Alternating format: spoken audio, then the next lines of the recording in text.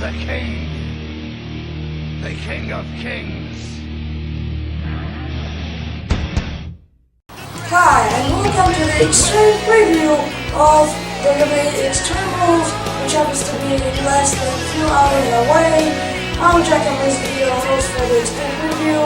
As I promised, it is better than the WWE Free for All, as it is shorter, as I think or guess. Anyways, let's start with the Extreme Rules. The name is actually a name of a match, but then it came to be a name of a pay-per-view. As you know, that the WWE is keeping it PG-13 or 14, I don't know. But now the one night of the year that it's not keeping it under that, and they're going straight Extreme Rules all night long. All matches has to have a stipulation. One of them has Extreme Rules. We'll talk about it. And now let's get it off with the matches. And let's talk about the match which has been recently announced on Friday Night SmackDown. It's an Extreme Makeover match for the women's title.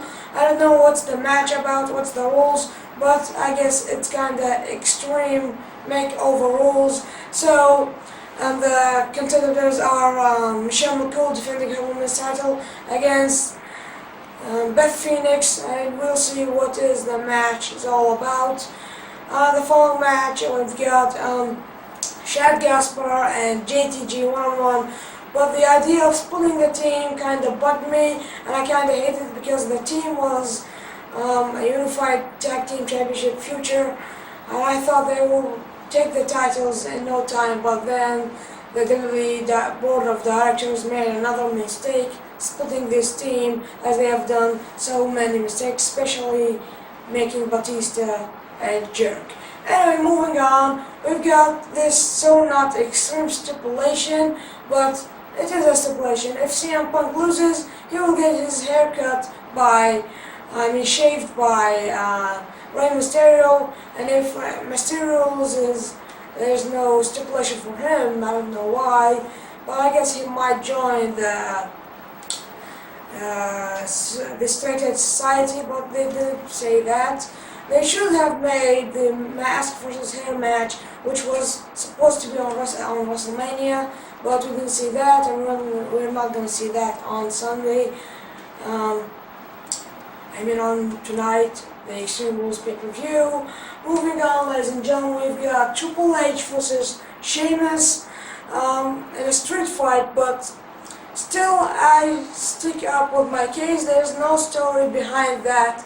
Totally, not just the story from the board of directors that have they created is when Triple H pinned, and I repeat that it's not so huge a thing or a big mistake by Triple H. He pinned Sheamus and eliminated him from the Elimination Chamber, causing him the WWE title. And first of all, Sheamus doesn't deserve to be a champion. Second of all, Triple H knows, and we all know, that Sheamus doesn't stand a chance at him at Extreme Rules. And as we saw at WrestleMania, Triple H defeated that Irish piece of crap right in front of your eyes. Moving on, ladies and gentlemen, we've got Edge and Chris Jericho in a steel cage match. Now that's a big match. Coming out from WrestleMania with the Edge injury, and he says that he's recently been injured last week when Chris Jericho made a lot of focus on his knee. The steel cage match is brutal, but isn't it kind of weird? Lockdown on TNA was last week. Leave that alone, because this is a WWE show. Anyway, Chris Jericho and Edge is a big story. They used to be best friends, now they're huge enemies and rivals. We'll see what will happen.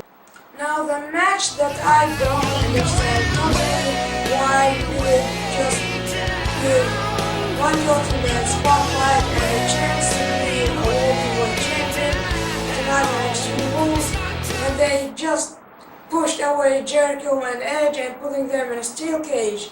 Orton totally doesn't deserve a title shot, and totally does not deserve to be not a jerk and to be beloved, and they just changed Batista they switched the big thing between Batista, the huge differences between Batista and Orton. They just mixed it up, and that's what bugs me. And I really hope Swagger defeats Orton, not Orton, because he totally doesn't deserve it.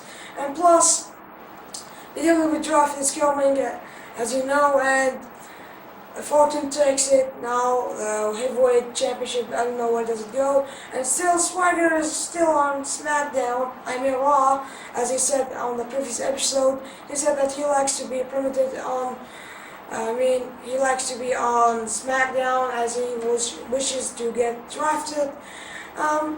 Both ways, I still don't want both of these guys in the blue team, as it is my favorite show.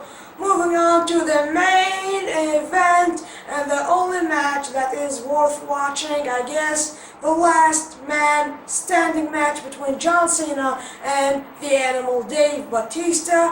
Here's a quick preview of what have they been throughout this month. You have seen what this issue is all about, as you know that Batista hates Cena, hates the board of directors, and why they made the spotlight of 2005 till now and maybe till the next decade on Cena instead of him. But I guess because of his long injury that happened to him.